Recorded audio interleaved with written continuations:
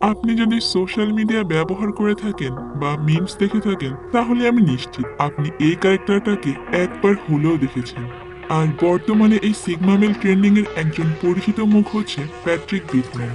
এই ক্যারেক্টারটা হলো আসলে 2000 সালে আসা আমেরিকান সাইকো মুভির মেইন ক্যারেক্টার। একটা সাদাসিধে সাধারণ ছেলে যার লাইফটা খুবই সাজানো গোছানো, সেই কিনা রাতে রাতারে খুন করে চলেছে শত শত মানুষকে। এমনকি তার হাত থেকে রেহাই পায় না তার বন্ধু কিংবা অফিসের কালিগও।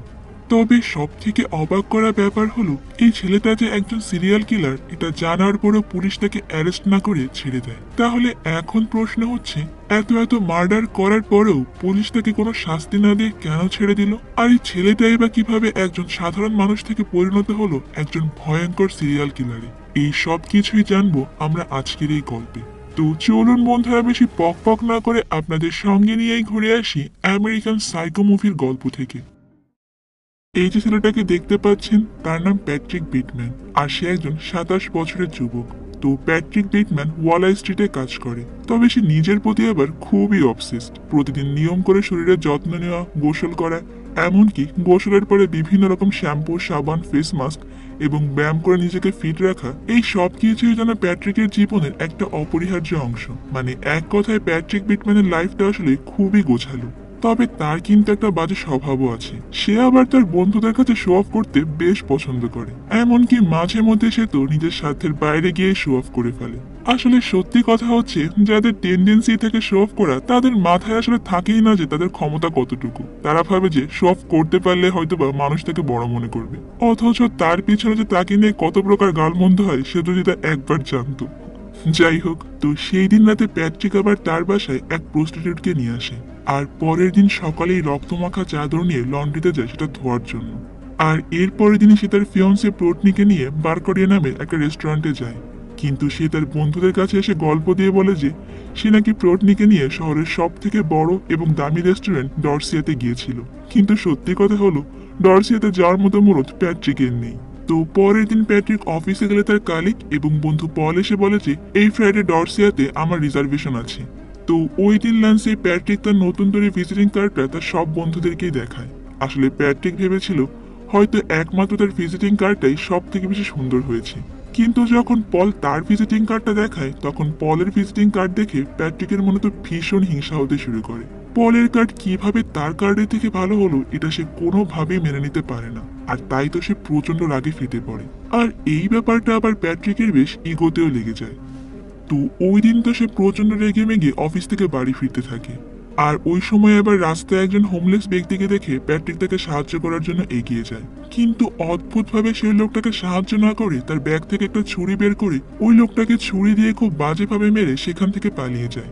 আর এর কিছুদিন পরে ক্রিসমাস এলে প্যাট্রিক একটা পার্টিতে পলকে ডিনারের জন্য ইনভাইট করে। সেখানে গিয়ে পল মদ খেয়ে তো পুরো মাতাল হয়ে যায়, আর প্যাট্রিক তারপর পলকে তার বাসায় নিয়ে যায়। পল তার বাসায় যাওয়ার পর প্যাট্রিক বিভিন্ন ধরনের গান এবং তার গায়কদেরকে নিয়ে কথা বলতে বলতে একটার সময় ভিতরের রুমে গিয়ে রেইনকোট পরে আসে, আর সঙ্গে করে আবার একটা কুড়ালও নিয়ে আসে। এরপর সে পলের সঙ্গে কথা বলতে বলতে পলের পেছনে এসে ওই কুড়ালটা দিয়ে এলোপাথারি আঘাত করতে শুরু করে। প্যাট্রিক তাকে কুড়াল দিয়ে আঘাত করার সময় বলতে থাকে যে এবার যা, যত পারিস ডরসিয়াতে। আসলে ওই যে সেই দিন পলের ভিজিটিং কার্ড প্যাট্রিকের থেকে ভালো হয়েছিল, আর তার উপর আবার পল ওই অফিসের মেইন অ্যাকাউন্টেন্টের দায়িত্ব পেয়ে গিয়েছে, তাই সে প্রায় সময় ডরসিয়াতে যেতে পারে, যেটা কিনা আবার প্যাট্রিক পারত না। আর এই সব রাগের কারণে প্যাট্রিক পলকে এত জঘন্যভাবে কুপিয়ে মেরে ফেলে। তো পলকে মেরে ফেলার পর সে পলের ডেড বডিটা একটা ব্যাগে ভরে সেটাকে অনেক দূরে ফেলে দিয়ে আসে, আর তারপর সে পলের পকেটে পাওয়া চাবি দিয়ে তার বাসায় প্রবেশ করে। প্যাট্রিক পলের একটা সুটকেসে তার বেশ কিছু জামা কাপড় ভরে নেয় এবং যাওয়ার সময় অবিকল পলের মতোই কণ্ঠ করে একটা ভয়েস রেকর্ড করে বলে, আমি কিছুদিনের জন্য লন্ডনে ঘুরতে যাচ্ছি। প্যাট্রিক আসলে এই সব কিছু তার প্ল্যান মোতাবেক করছিল, যাতে করে পলের হঠাৎ করে এমন ভাবে গায়েব হয়ে যাওয়াটা কেউ কোনো রকম সন্দেহ করতে না পারে। তো এর পরের দিনই সকালে প্যাট্রিক অফিসে গেলে ডিটেকটিভ কিম পলের হঠাৎ গায়েব হয়ে যাওয়া নিয়ে তাকে প্রশ্ন করতে আসে। পল তখন আবার সেটাকে বিভিন্নভাবে ধামাচাপা দেওয়ার চেষ্টা করে আর নিজেকে নির্দোষ প্রমাণ করার চেষ্টা করে যায়, যার ফলে ওই ডিটেকটিভ কিম তার উপর কোনো রকম সন্দেহই করে না।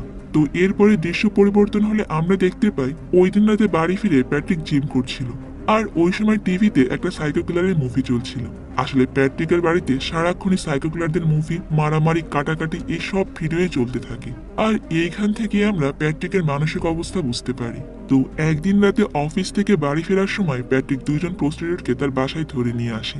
আর এরপর তাদের সাথে খারাপ কাজ করে, তাদেরকে ছুরি, চাকু এবং অস্ত্র ব্যবহার করে তাদের অবস্থা অনেক খারাপ করে ফেলে, যার ফলে আবার তাদেরকে হাসপাতালে নিয়ে যেতে হয়। তো এর পরের দিন অফিসে আবার প্যাট্রিকের আর এক সহকর্মী লুইস সবাইকে তার ভিজিটিং কার্ড দেখায়। আর এবার লুইসের ওই ভিজিটিং কার্ড দেখে প্যাট্রিক তো হিংসাই জ্বলে যায়। তাই একটু পরে লুইস ওয়াশরুমে গেলে প্যাট্রিক যখন পেছন থেকে তার গলা চেপে ধরতে যাবে, তখন লুইস বলে যে, আরে তুমি কি করছো? তুমি যেটা মনে করছো আমি এরকম না। মানে ওই যে আমাদের বাংলা সামাজিক বিজ্ঞান বইয়ের শরীফ এবং শরীফার গল্প। মূলত প্যাট্রিককে দেখে লুইস মনে করছিল যে প্যাট্রিক হয়তো অন্য কোনো উদ্দেশ্যে তার কাছে গিয়েছে। আর এরা দেখে তো প্যাট্রিক আবার ঘাবড়ে গিয়ে সেখান থেকে পালিয়ে চলে যায়। কিন্তু এর পরের দিনই প্যাট্রিক অফিসে গেলে ওই গোয়েন্দা কিম আবার তার সঙ্গে দেখা করতে আসে, এবং এবার প্যাট্রিক তাকে কাজের বাহানা দেখালে কিম নেক্সট উইকে তার সঙ্গে একটা লাঞ্চ ডেট ফিক্সড করে, যেখানে তাকে আবার পলের ব্যাপারে জিজ্ঞাসাবাদ করা হবে। তো ওই দিন রাতে প্যাট্রিক তার অফিসের সেক্রেটারি জিনকে তার বাসায় ডিনারের জন্য ইনভাইট করে। আর এরপর সে জিনের সঙ্গে খারাপ কাজ করে এবং পলের মতো জিনকেও মারার জন্য তার সামনে বিভিন্ন ধরনের গান গাইতে আর গল্প করতে শুরু করে। আর এরই মধ্যে আবার সে বিভিন্ন ধরনের হাতিয়ার দেখতে থাকে যে কোনটা দিয়ে জিনকে মারা যায়। এবং একটা পর্যায়ে সে যখন একটা নেক গান দিয়ে জিনকে শুট করতে যাবে, ঠিক তখনই তার ফিয়ন্সে প্রোটিনে তাকে কল করে। ফলে হঠাৎ করে প্যাট্রিকের মাইন্ড চেঞ্জ হয়ে যায়। আর তখন প্যাট্রিক জিনকে তার বাসা থেকে চলে যেতে বলে।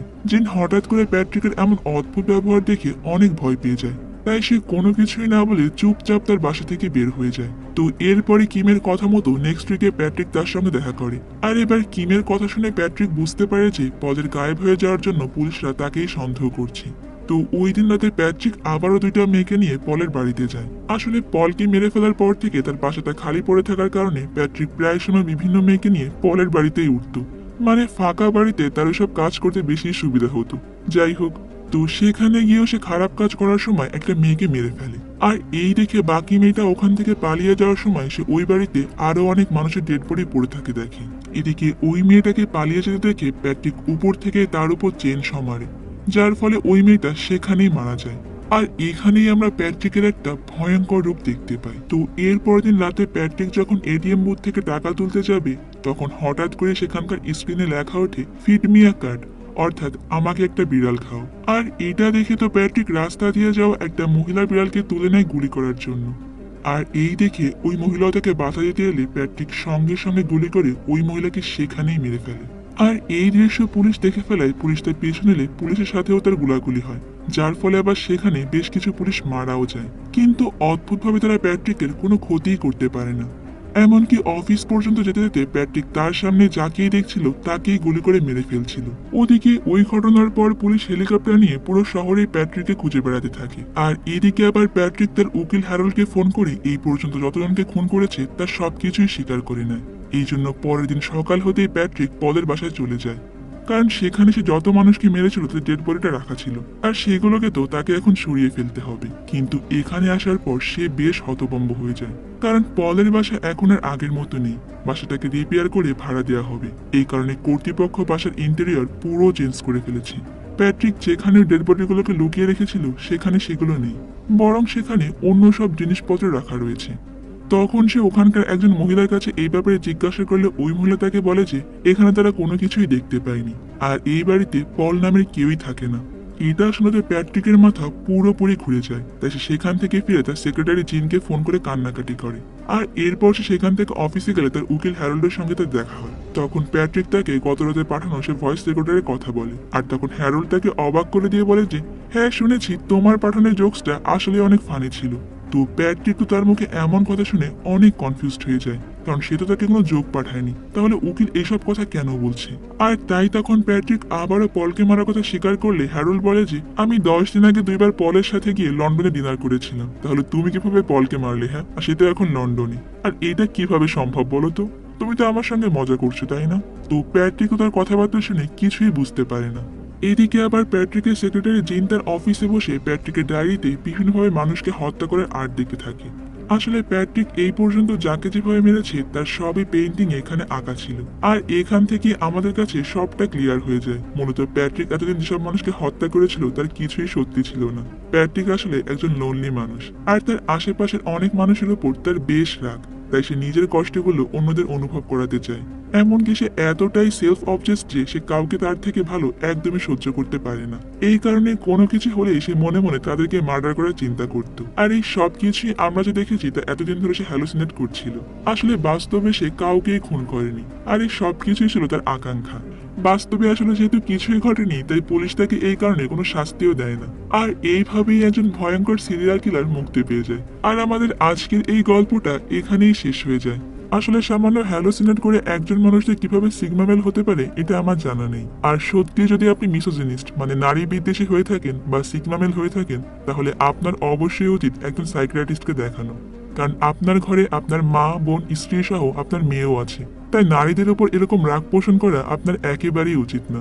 তো আজকের গল্পটা আপনাদের কাছে কেমন লেগেছে তা কিন্তু আমাকে কমেন্ট করে অবশ্যই জানাবেন। দেখা হবে অন্য কোনো সুন্দর মুভির এক্সপ্লেনেশন নিয়ে ভিন্ন কোনো সময়। ততক্ষণ পর্যন্ত ভালো থাকবেন, নিরাপদে থাকবেন। আল্লাহ হাফেজ।